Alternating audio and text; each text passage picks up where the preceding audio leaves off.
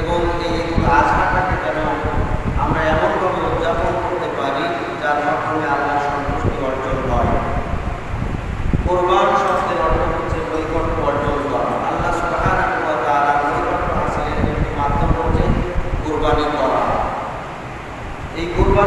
প্রথমে অবশ্যই আমাদেরকে আল্লাহর সন্তুষ্টি অর্জনের উদ্দেশ্যে কোরবানি করতে হবে এবং কোরবানিকে কেন্দ্র করে বা ঈদুল আজহাকে কেন্দ্র করে সকল কর্মকাণ্ড অবশ্যই আমাদেরকে আল্লাহর সন্তুষ্টি অর্জনের জন্য হতে হবে।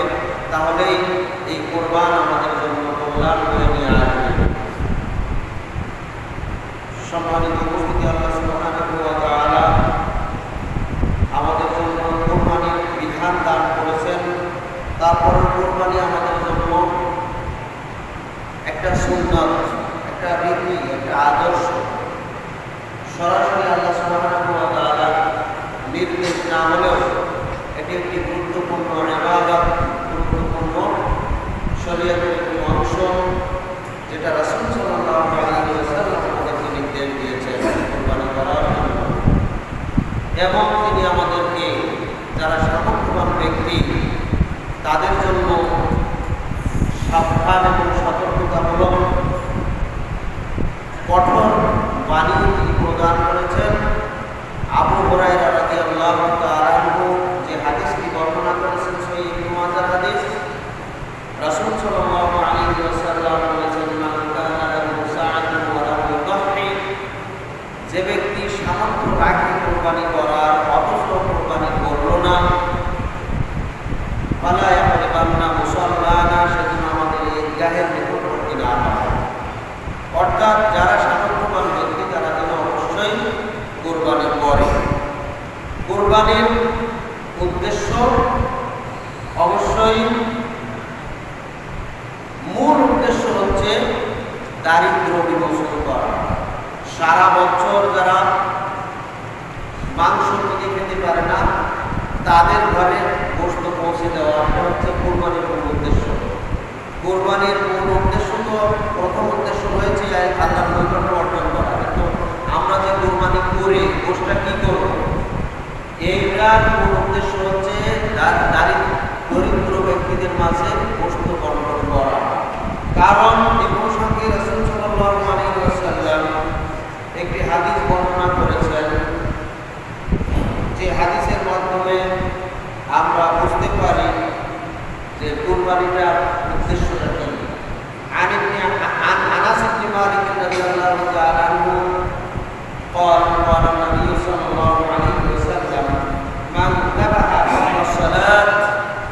আনাস ইবনে মালিক রাদিয়াল্লাহু তাআলা আনহু নবী করিম সাল্লাল্লাহু আলাইহি ওয়াসাল্লাম থেকে হাদিস বর্ণনা করেছেন, মান যাবাহা ক্বাবলা সালাত, যে ব্যক্তি ঈদের সালাতের পূর্বে কুরবানি করে, ফাইন্নামা যাবাহা লিনাফসিহি, সে তার নিজের জন্য কুরবানি করে, নিজের গোশত খাওয়ার জন্য, নিজের পরিবারের ব্যক্তিদেরকে, সদস্যদেরকে গোশত খাওয়ানোর জন্য কুরবানি করে।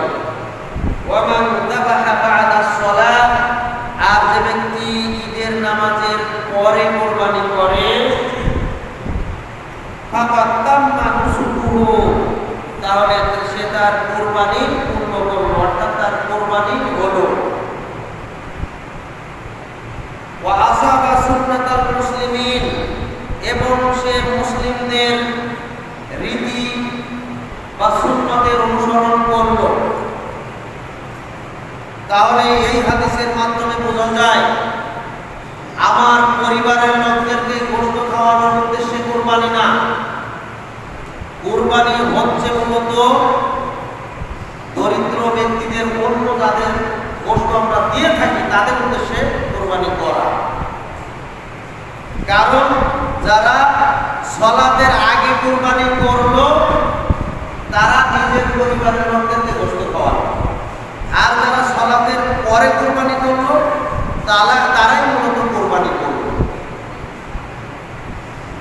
সম্মানিত উপস্থিতি, তাহলে আমাদের এই কোরবানি কেন আমরা দিচ্ছি, কি উদ্দেশ্যে কোরবানি দিচ্ছি, কোরবানি কবুল হওয়ার জন্য আমাদের কিভাবে কোরবানি করা দরকার, অবশ্যই এই বিষয়ে আমাদেরকে সঠিকভাবে জেনে আমল করতে হবে।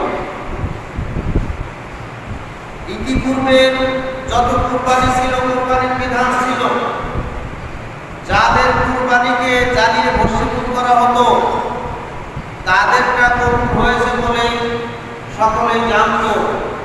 এই জন্য মানুষ চাই যে তার কোরবানিটা যেন কোরবানি করার পরে সেটা জ্বালিয়ে ভস্মীভূত করে দেওয়া হয়, সেটা যেন একবারে ভস্ম করে দেওয়া হয়। তার মানে হচ্ছে তাদের ইচ্ছা ছিল, একান্ত ইচ্ছা ছিল তার কোরবানিটা যেন কবুল করা হয়। কিন্তু আমরা আমাদের কোরবানির মাধ্যমে ওইটা চাচ্ছি না। আমরা চাচ্ছি আমাদের গোশত যেন বেশি বেশি করে আমাদের ফ্রিজে জমা রাখতে পারি এবং দীর্ঘদিন খেতে পারি। অধিকাংশ মানুষের এই উদ্দেশ্য হয়ে যাচ্ছে, বিশেষ করে ফ্রিজ যেখান থেকে এসেছে সেখান থেকে অধিকাংশ মানুষের এই উদ্দেশ্য হয়ে যাচ্ছে যে আমি যেন আমার কোরবানির পশুর গোশতটাকে বেশি অংশ ফ্রিজে জমা করে রেখে দীর্ঘদিন খেতে পারি। অথচ আমাদের পূর্বের উম্মতের উদ্দেশ্য ছিল আমার কোরবানিটা জবেহ করার পরে যেন জ্বালিয়ে ভস্মীভূত করা হয়, তার মানে কোরবানিটা যেন কবুল করা হয়। সম্মানিত উপস্থিতি, যদিও কোরবানির গোশত আমরা খাবো, কোরবানির গোশত আমরা জমা করে রাখবো, আমাদের যেটা অনুমোদন আছে সেটা অবশ্যই করব, কিন্তু নিয়তটা শুধু যদি এইদিকে এসে যায় তাহলে আমাদের কোরবানি পরীক্ষা হয়ে যাবে। এই জন্য আমি বলতে চাচ্ছি যে কোরবানি কবুল হওয়ার জন্য আমাদের কিছু শর্ত আছে, এই শর্ত সাপেক্ষে কোরবানি করতে হবে। কোরবানি কবুল হওয়ার জন্য আমি 10টি শর্ত আপনাদের সামনে পেশ করতে চাই। এই 10টি শর্তের মধ্যে 3টা শর্ত হচ্ছে পশুর ক্ষেত্রে শর্ত থাকতে হবে, আর 7টা আমাদের মধ্যে শর্ত থাকতে হবে। এই 10টি শর্ত সাপেক্ষে যদি আমরা কোরবানি করতে পারি তাহলে আশা করা যায় আমাদের কোরবানি আল্লাহ তাআলা কবুল করবেন। পশুর ক্ষেত্রে শর্ত হচ্ছে অবশ্যই পশুটা চতুষ্পদ জন্তু হবে, 4 পাওয়ালা জন্তু হতে হবে। আল্লাহ তাআলা বলেছেন ওয়ালিকুল্লি উম্মাতিন জাআলনা মানসাকা, আমি প্রত্যেক উম্মতের জন্য কুরবানির বিধান করেছিলাম, এবং এই কুরবানির বিধান করার উদ্দেশ্য ছিল লিয়াযকুরু ইসমাল্লাহি আলা মা রাযাকাহুম, আমি তাদেরকে যে রিজিক দিয়েছি মিন বাহিমাতিল আনআম, চতুষ্পদ জন্তু থেকে। তাহলে 2 পাওয়ালা জন্তু আছে, প্রাণী আছে, পশু পাখি আছে, যেমন হাঁস, মুরগি, বিভিন্ন ধরনের পাখি, এগুলি 2 পাওয়ালা। কিন্তু আল্লাহ তাআলা বলেন মিন বাহিমাতিল আনআম, চতুষ্পদ জন্তু যাদের 4টি পা আছে, এরকম জন্তু আমি নির্ধারণ করেছি, এগুলির উপরে যেন আমার বান্দারা আমার নাম নিয়ে যারা জবেহ করে, লিয়াযকুরু ইসমাল্লাহি আলা মা রাযাকাহুম মিন বাহিমাতিল আনআম, চতুষ্পদ জন্তুদের মধ্য থেকে যে সকল জন্তু আমার বান্দাদের জন্য আমি হালাল করেছি, তাদের রিজিক হিসাবে নির্ধারণ করে দিয়েছি, রিজিকের ব্যবস্থা করেছি, এগুলির উপরে যেন তারা আমার নাম স্মরণ করে তারা কোরবানি করে, তারা জবেহ করে।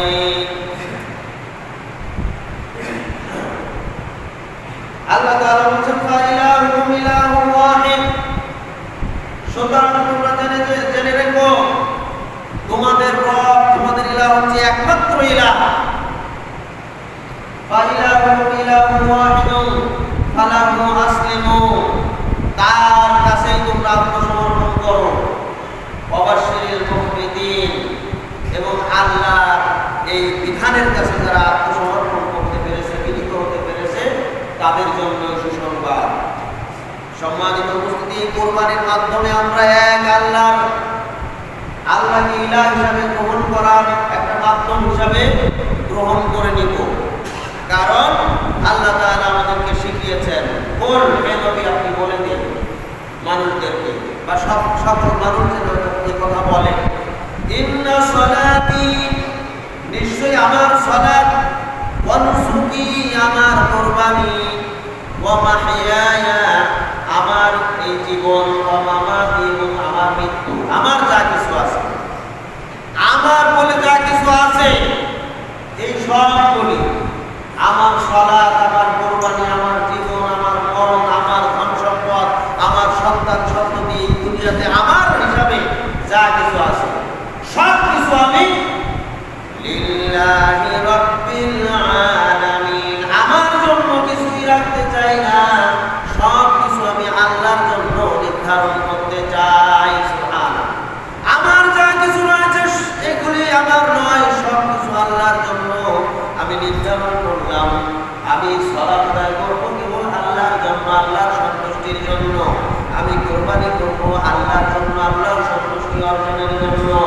আমি আমার এই জীবনটা আল্লাহর জন্য নির্ধারণ করলাম, আমার মৃত্যু হবে আল্লাহর পথে, মরবে আমি ঘোষণা করে দিলাম।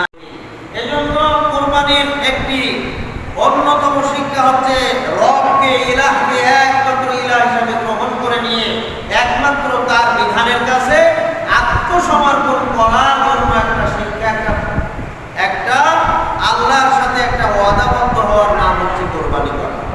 কোরবানির মাধ্যমে এই স্বীকৃতি দান করা যে শুধু এই পশু আমি আল্লাহ তোমার জন্য দিচ্ছি না, আমার জীবনকেও এই পশু তো আজকে তোমার জন্য দিচ্ছি এবং এর মাধ্যমে আমি স্বীকৃতি দান করছি আমার জীবনও তোমার জন্য দিতে আমি প্রস্তুত রয়েছি। এর নাম হচ্ছে কোরবানি।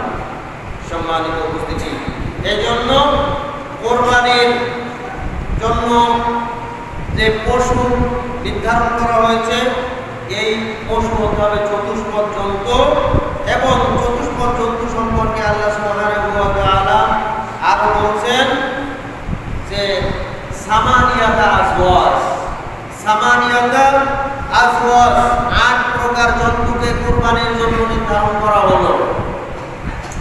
মিনাল ওয়াহনি ইসনাইন,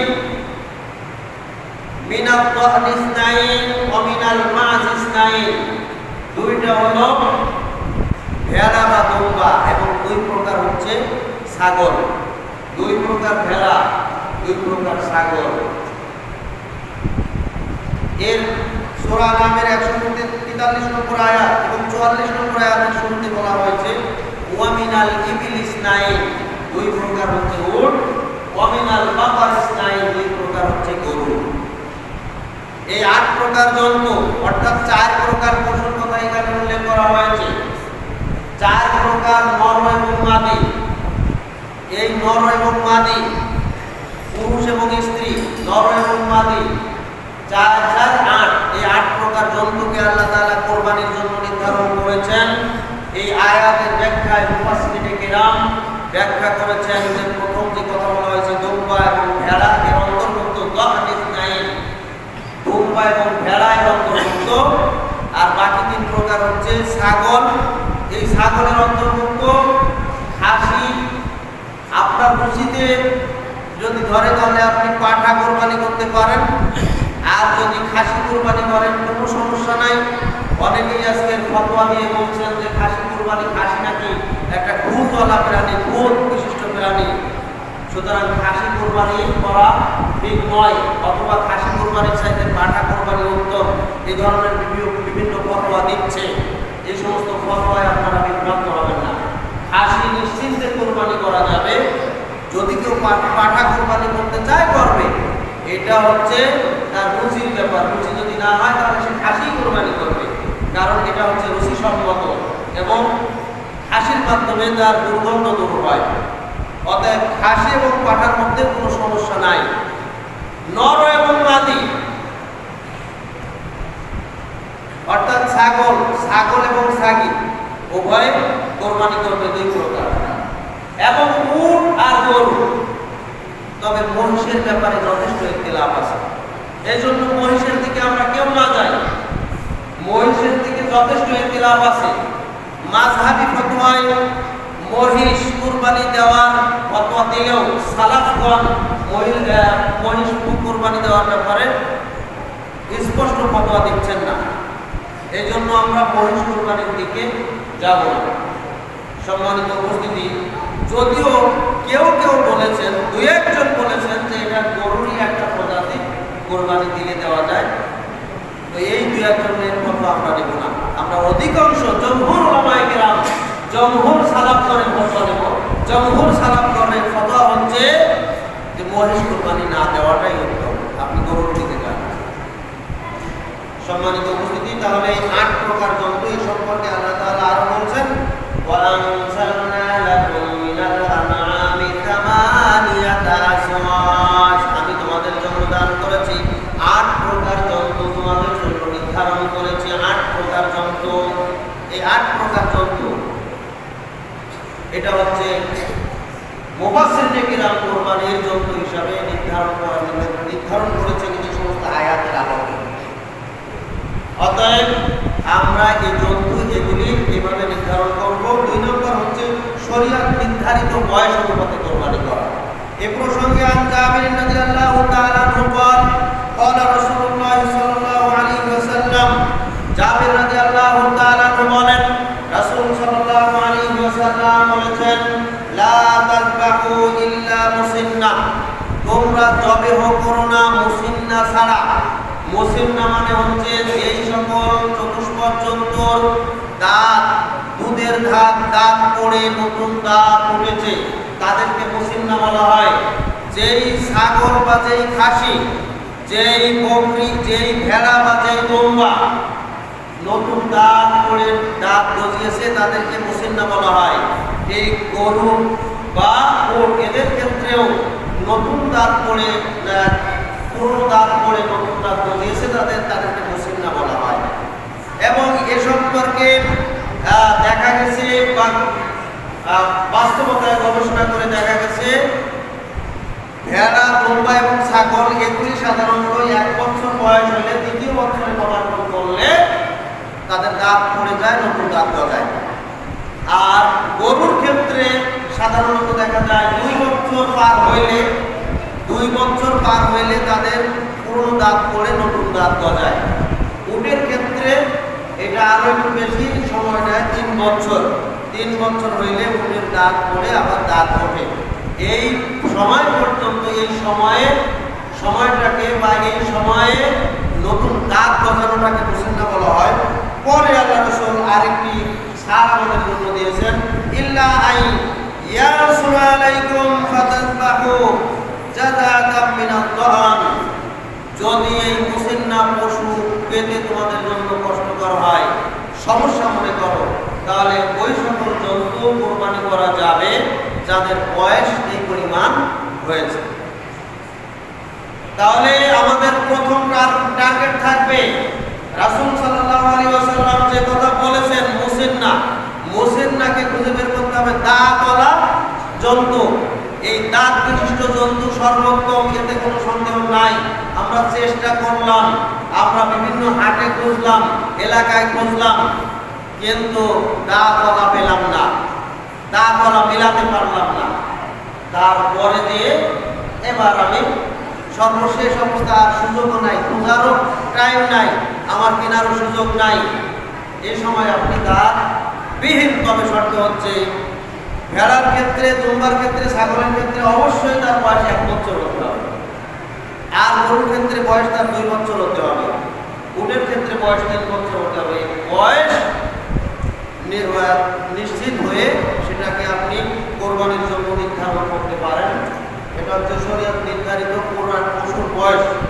পশুকে ত্রুটিমুক্ত ভাবে নির্ধারণ করা, তাকে তার যেন ত্রুটি না থাকে, এ সম্পর্কে একটি হাদিস হচ্ছে আনিল বারা ইবনে আযিব রাফা'হু ক্বাল লা ইউদাহা বিল উরজাই বাইনুন যালামুহা।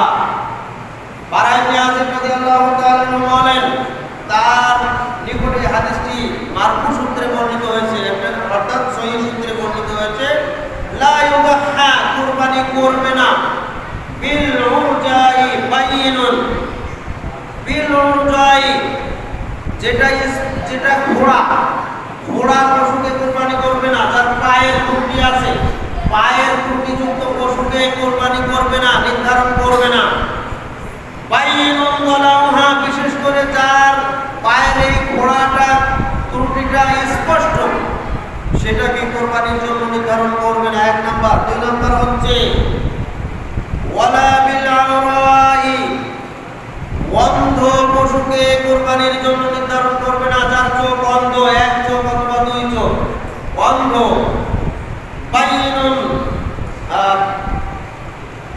বাইনুন আওরাহা, যেটা স্পষ্ট অন্ধ, স্পষ্ট কানা, এরকম পশুকে কোরবানির জন্য নির্ধারণ করবে না। ওয়ালা বিল মারিদাতি, এবং কোনো অসুস্থ পশুকে কোরবানি করবে না, কোরবানির জন্য নির্ধারণ করবে না। মারিদাতি, অসুস্থ। ওয়ালা বিল বাইনুন মারাদুহা, যেটা স্পষ্ট অসুস্থ, সুস্পষ্ট অসুস্থ যে প্রাণী সেটাকে কোরবানির জন্য নির্ধারণ করা এটা যাবে না। বিশেষ করে কোরবানির পশু কেনার সময় এগুলি দেখতে হবে যে পশুটা পরিপূর্ণ সুস্থ কিনা। সে যদি অসুস্থ হয় তাহলে সেটা কেনা থেকে বিরত থাকতে হবে, সেটাকে কোরবানির জন্য নির্ধারণ করা থেকে বিরত থাকতে হবে। তবে হ্যাঁ, অনেক পশু আনার পরে দেখা যায় অসুস্থ হয়ে যায়, এটাকে আপনি প্রাথমিক চিকিৎসা করলেন, তারপর সুস্থ হলো না, আশা করা যায় আপনি সুস্থ কিনেছিলেন, কেনার পরে অসুস্থ হয়ে গেছে, সেটাকে আপনি কোরবানি করতে পারবেন। কিন্তু নির্ধারণ করার কোরবানির পশু নির্ধারণ করার আগে আপনাকে সুস্থ নির্ধারণ করতে হবে। ওয়ালা বিল আজফা ইল্লাযী লা তুনাক্কা, এবং একেবারে যে জন্তুটা জীর্ণ শীর্ণ, খুব মানে একবারে স্বাস্থ্যহীন কঙ্কাল, এরকম পশু দেখা গেছে তার বয়স অনেক বেশি হয়ে গেছে, সে একবারে জীর্ণ শীর্ণ হয়ে গেছে, রোগাক্রান্ত হয়ে গেছে, দুর্বল হয়ে গেছে, শারীরিক মানে একবারে স্বাস্থ্য কম, এরকম জীর্ণ শীর্ণ পশু নির্ধারণ করা যাবে না। এই চারটা বিষয় লক্ষ্য রাখতে হবে: স্পষ্ট ঘোড়া, স্পষ্ট কানা, তারপরে অসুস্থ এবং একেবারে জীর্ণ শীর্ণ। এই চার ধরনের পশু যেন না হয়, এটা হচ্ছে ত্রুটিযুক্ত পশু। এই ত্রুটিযুক্ত পশু কোরবানির জন্য নির্ধারণ করবো না। এই তিনটা শর্ত সাপেক্ষে আমাদেরকে কোরবানির জন্তু নির্ধারণ করতে হবে।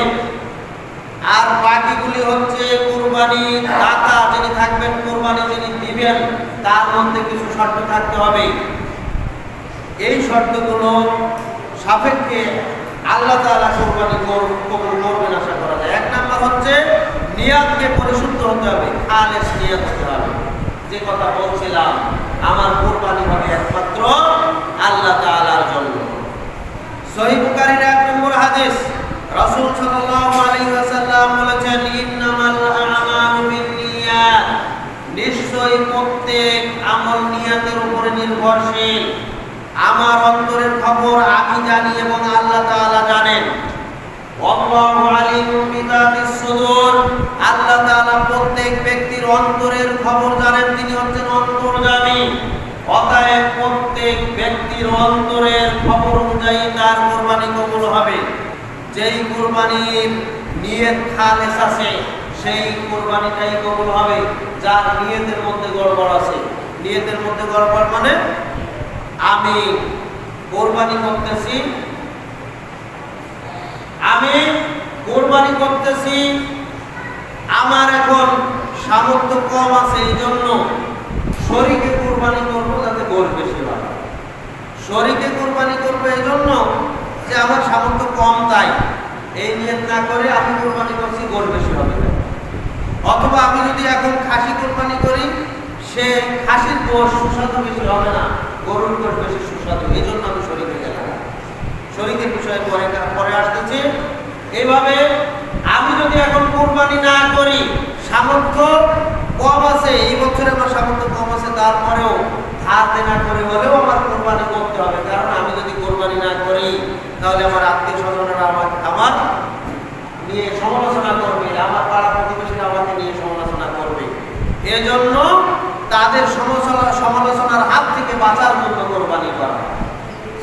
অথবা আমার পরিবার, আমার সন্তানদেরকে তারা যেন গর্ব করে বলতে পারে আমরা এই কোরবানি করতে পারছি, তাদের দিকে লক্ষ্য রেখে কোরবানি করা। এই ধরনের বিভিন্ন নিয়ত আমাদের অন্তরে এসে থাকে। এই সকল নিয়তকে বর্জন করে কোরবানি করতে হবে একমাত্র লিল্লাহি রাব্বিল আলামিন, আল্লাহর জন্য। এক নম্বরে নিয়তকে খালেস করতে হবে। আল্লাহ তাআলা বলেন, ওয়ামা উমিরু ইল্লা লিয়াবুদুল্লাহা মুখলিসিনা লাহুদ্দিন। আল্লাহ তাআলা আমাদেরকে প্রত্যেক বিষয়ে হুকুম করেছেন, যে সকল বিষয়ে হুকুম করেছেন এই হুকুম পালন করার জন্য আমরা আদিষ্ট হয়েছি। লিয়াবুদুল্লাহা মুখলিসিনা লাহুদ্দিন, আমরা যেন খালেস ভাবে আল্লাহ তাআলার দাসত্ব করি, আল্লাহর হুকুম পালন করি, মুনাফা একনিষ্ঠভাবে আল্লাহর জন্য, একনিষ্ঠভাবে কেবলমাত্র খালেস ভাবে আল্লাহর জন্য আল্লাহর হুকুম পালন করি। এজন্যই আমাদেরকে দুনিয়াতে প্রেরণ করা হয়েছে, এজন্যই আল্লাহ তাআলা তার বিধান আমাদের জন্য নির্ধারণ করেছেন। অতএব আল্লাহ তাআলার প্রত্যেকটা বিধান আমরা পালন করব খালেসভাবে, একনিষ্ঠভাবে আল্লাহর জন্য। অতএব আমাদের নিয়তকে পরিশুদ্ধ করতে হবে। 2 নাম্বার হচ্ছে রিয়া বা লৌকিকতার জন্য কোরবানি করা যাবে না। মানুষকে দেখানোর উদ্দেশ্যে, বিশেষ করে যাদের টাকা পয়সা বেশি অনুযায়ী বড় কোরবানি করবে, এতে কোনো আপত্তি নাই, এতে কোনো সমস্যা নাই। কিন্তু সে যদি চিন্তা করে যে আমি ধনী মানুষ, আমার এই এলাকার ভিতরে সবচেয়ে বড় পশুটি আমার হতে হবে, সবচেয়ে বড় গরুটি আমার হতে হবে, অথবা আমি একটা উট কোরবানি দেবো যেন এলাকার মানুষ দেখে যে আমি কেমন ব্যক্তি, আমি কেমন কোরবানি করতে পারি। এমন অনেক ব্যক্তি রয়েছে যারা একাধিক কোরবানি করে, দেখাতে চায় যে দেখো আমি কি পরিমাণ কোরবানি করতে পারি। এভাবে বড়াই করার জন্য, নিজেকে দেখানোর জন্য কোরবানি, এই উদ্দেশ্যে যদি কেউ কোরবানি করে তাহলে তার কোরবানি কবুল হবে না। সম্মানিত উপস্থিতি, এরপরে নির্ধারিত সময়ের মধ্যে কোরবানি করা এই সম্পর্কে বলেছে। নির্ধারিত সময় আমাদের জন্য কোরবানির সময় হচ্ছে কোরবানির ঈদুল আজহার সালাত আদায়ের পর থেকে কোরবানির সময় শুরু হয়। সবচেয়ে উত্তম সময় হচ্ছে প্রথম দিন কোরবানি করা, এরপরে অনুমতি দেওয়া হয়েছে বাকি আরো 3 দিন আইয়ামে তাশরীকের দিনগুলিতে কোরবানি করা, কেউ ইচ্ছা করলে কোরবানি করতে পারে। এইগুলি হচ্ছে কোরবানির নির্ধারিত সময়। এর আগে কেউ কোরবানি যদি করে তাহলে তার জন্য গোশত খাওয়া হবে, কিন্তু কোরবানি হবে না। অতএব কোরবানির একটি শর্ত হচ্ছে কোরবানি নির্ধারিত সময় করতে হবে। 4 নাম্বার শর্ত হচ্ছে কোরআন এবং সহিহ সুন্নাহ অনুযায়ী, কোরআন এবং হাদিসের নির্দিষ্ট বিধান অনুযায়ী কোরবানি হতে হবে। আল্লাহ তাআলা যেভাবে কোরবানি করার জন্য নির্দেশ দিয়েছেন, যে উদ্দেশ্যে তিনি কোরবানির জন্য বিধান জারি করেছেন, রাসূল সাল্লাল্লাহু আলাইহি ওয়াসাল্লাম যেভাবে কোরবানি করার জন্য বলেছেন, যেভাবে নির্দেশ দিয়েছেন, যেভাবে তিনি কোরবানি করেছেন, করার জন্য উদ্বুদ্ধ করেছেন, সেভাবেই কোরবানি করা।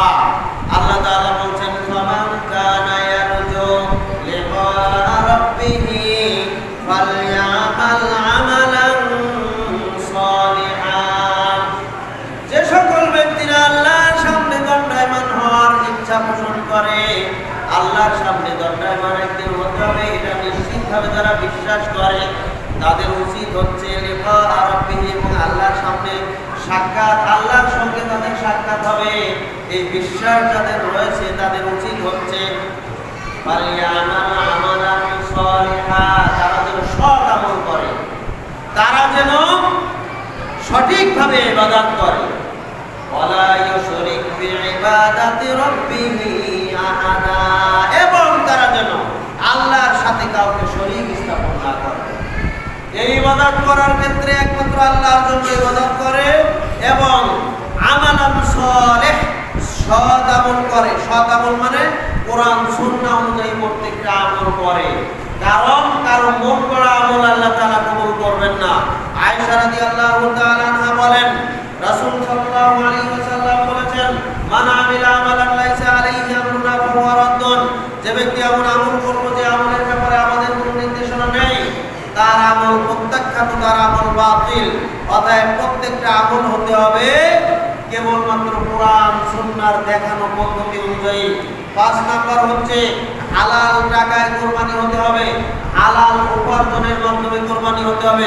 কোরবানির মধ্যে হারাম মিশ্রিত হলে কোরবানি কবুল হবে না, কারণ আল্লাহ তাআলা নির্দেশ দিয়েছেন, ইয়া আইয়ুহাল্লাযীনা আমানু, হে ঈমানদারগণ, আনফিকু, তোমরা ব্যয় করো। কোরবানির মাধ্যমে আমরা আল্লাহর জন্য ব্যয় করি, আল্লাহর পথে আমরা ব্যয় করি, আমাদের অর্থ ব্যয় করি।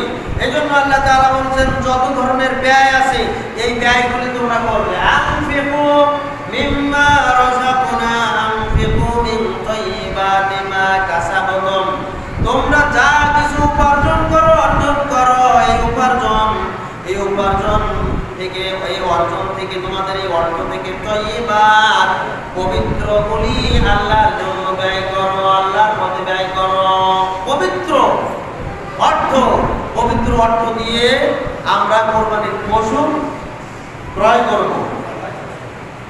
ওয়া মিম্মা আখরাজনা লাকুম মিনাল আরদ, এবং এই জমিন থেকে তোমাদের জন্য